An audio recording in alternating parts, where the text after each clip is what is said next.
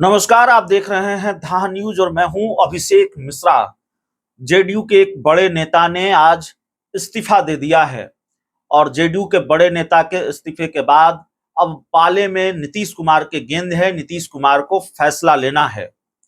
बात देवेश चंद्र ठाकुर की हो रही है। जेडीयू के बड़े नेता हैं, नीतीश कुमार के करीबी नेता हैं और उन्होंने इस्तीफा कहां से दिया है? तो इस्तीफा देवेश चंद्र ठाकुर ने बिहार विधान परिषद के सभापति पद से दिया है और इसकी वजह यह है कि वो सीतामढ़ी लोकसभा सीट से चुनाव जीत गए हैं, सीतामढ़ी से सांसद चुन लिए गए हैं। तो जाहिर है वो बिहार विधान परिषद के सभापति के पद पर नहीं रह सकते, उनका इस्तीफा देना तय था। तो आज उन्होंने अपने पद से इस्तीफा दे दिया है। देवेश चंद्र ठाकुर ने इस्तीफा दिया है और अब नीतीश कुमार को फैसला लेना है कि बिहार विधान परिषद का अगला सभापति कौन होगा। बिहार विधान परिषद के सभापति के तौर पर कई नाम चर्चा में हैं, कई नाम रेस में हैं। जेडीयू के मुख्य प्रवक्ता नीरज कुमार के बारे में भी कहा जा रहा है, बताया जा रहा है कि वो बिहार विधान परिषद के सभापति हो सकते हैं। इस रेस में उनका नाम है। जेडीयू के एमएलसी गुलाम गौस की चर्चा है कि वो बिहार विधान परिषद के सभापति हो सकते हैं। अवधेश नारायण सिंह जो बीजेपी के नेता हैं, एमएलसी हैं, उनके नाम की चर्चा है।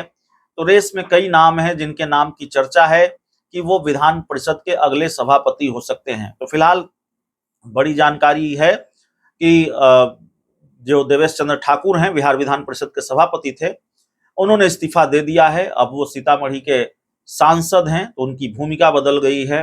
पहले एक संवैधानिक पद पर थे, विधान परिषद के सभापति थे, लेकिन अब वो सांसद हैं, अब वो एक जनप्रतिनिधि हैं। सीतामढ़ी से चुनाव जीत कर वो आए हैं, तो जाहिर तौर पर उनको इस्तीफा देना ही था। देवेश चंद्र ठाकुर के कद का अंदाजा लगा लीजिए आप जेडीयू में किस तरह का है कि सबसे पहला ऐलान जो नीतीश कुमार ने किया अपने उम्मीदवार का, तो वो उन्होंने देवेश चंद्र ठाकुर के नाम का ही ऐलान किया। देवेश चंद्र ठाकुर के नाम का ऐलान किया। जेडीयू की राष्ट्रीय कार्यकारिणी की बैठक थी दिसंबर महीने में और उस बैठक में नीतीश कुमार ने देवेश चंद्र ठाकुर के नाम का ऐलान किया कि सीतामढ़ी लोकसभा सीट से हमारे उम्मीदवार होंगे। हालांकि देवेश चंद्र ठाकुर उससे पहले कुछ कार्यक्रमों में ये कह चुके थे कि मुझे जेडीयू के शीर्ष नेतृत्व की हरी झंडी मिल चुकी है और मैं सीतामढ़ी लोकसभा सीट से चुनाव लड़ने जा रहा हूं। लेकिन आधिकारिक ऐलान नीतीश कुमार ने किया और सबसे पहला ऐलान किया। तब जेडीयू के किसी दूसरे उम्मीदवार के नाम का ऐलान नहीं हुआ था कि कौन कहां किस सीट से चुनाव लड़ेगा, लेकिन देवेश चंद्र ठाकुर के नाम का ऐलान हो गया। हालांकि उस समय नीतीश कुमार इंडिया गठबंधन में थे, आरजेडी कांग्रेस के साथ थे और इस पर खूब बवाल भी हुआ। अर्जुन राय जिनको चुनाव हराया है देवेश चंद्र ठाकुर ने, उन्होंने ये सवाल उठाया कि जब सीटों का बंटवारा ही नहीं हुआ है तो फिर देवेश चंद्र ठाकुर को उम्मीदवार कैसे बना दिया गया, देवेश चंद्र ठाकुर की दावेदारी कैसे हो गई सीतामढ़ी की सीट पर।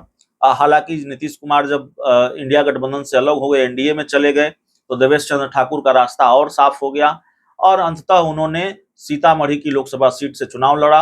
अर्जुन राय जो सीतामढ़ी के पूर्व सांसद रहे हैं, उनके खिलाफ चुनाव लड़ा, उनसे मुकाबला था उनका और अर्जुन राय को उन्होंने हरा दिया और सीतामढ़ी की लोकसभा सीट जेडीयू की झोली में डाल दी, नीतीश कुमार की झोली में डाल दी। तो जाहिर तौर पर जब आप सांसद बन गए हैं तो किसी संवैधानिक पद पर आप रह नहीं सकते हैं, आपको इस्तीफा देना था, तो उन्होंने इस्तीफा दे दिया है। अब देखना होगा कि बिहार विधान परिषद का अगला सभापति कौन होगा, नीतीश कुमार किसके नाम पर मुहर लगाते हैं। बहुत बहुत धन्यवाद।